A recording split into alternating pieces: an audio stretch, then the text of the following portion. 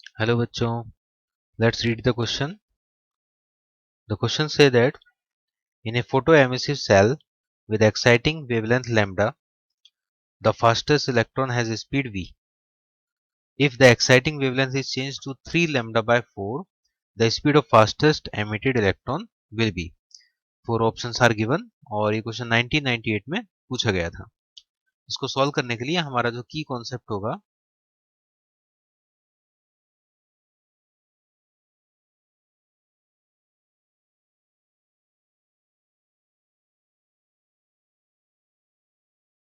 वो होगा Einstein photoelectric equation.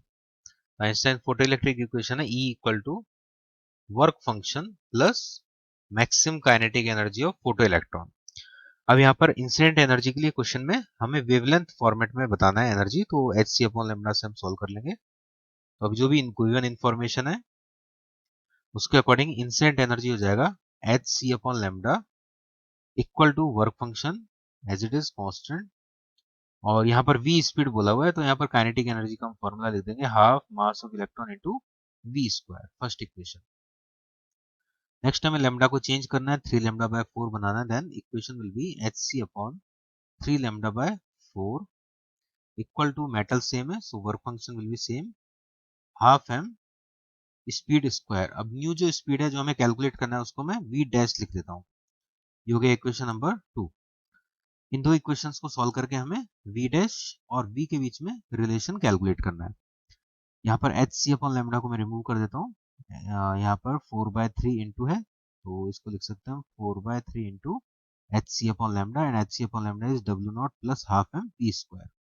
So it will be W naught plus half m v square equal to W naught plus half m v dash square.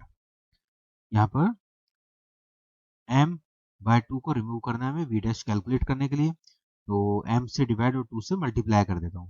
2 से multiply करेंगे m से divide, then it will be 4 into 2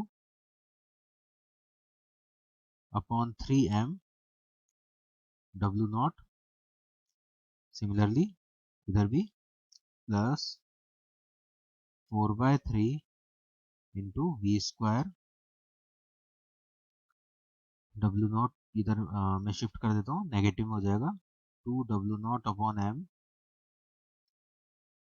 plus, और इधर हम equal कर देंगे इसको we dash square. यहाँ से हमें वी डैश स्क्वायर मिल गया, m से डिवाइड और 2 से मल्टीप्लाई कर दिया कंप्लीट स्टेप्स को. अब इसमें वर्क फंक्शन के स्टेप को हम एक डायरेक्शन में ले जाते हैं, तो ये 8/3 है. 8/3 में से 2 को इधर शिफ्ट कर देंगे तो it will be 8/3 minus 2 W naught upon m plus 4/3 v square equal to v dash square. अब देखो यहाँ पर जो हम ऑप्शन गिवन है उन ऑप्शंस में इसमें v इंटू 3/4 रूट 4/3 रूट इस टाइप से ऑप्शन दिया है. तो इसमें इस फॉर्मेट में लाने के लिए अगर हम ये जो कांस्टेंट है W not work function into something, ये कांस्टेंट को अगर हम जीरो एज्यूम कर लें तब उस कंडीशन में v डैश जो होगा उसका वैल्यू होगा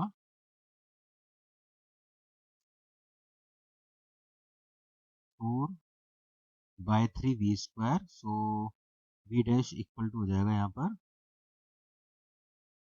v इंटू 4/3 का पावर 1/2. ये कब होगा जब हम इस कंप्लीट कांस्टेंट को जीरो एज्यूम कर लें, तब हमारा ये आंसर आएगा. बट ये कांस्टेंट जीरो नहीं है तो उस कंडीशन में अब जो हमारा आंसर आएगा वो इससे थोड़ा बड़ा आंसर होगा. तो हम लिख सकते हैं ग्रेटर देन 4/3 का पावर हाफ इंटू वी. तो इस एक्सप्रेशन के अकॉर्डिंग अगर हम ऑप्शन देखेंगे तो फोर्थ ऑप्शन यहाँ पर एग्जैक्टली मैच कर जाएगा, ग्रेटर देन v 4/3 का पावर हाफ.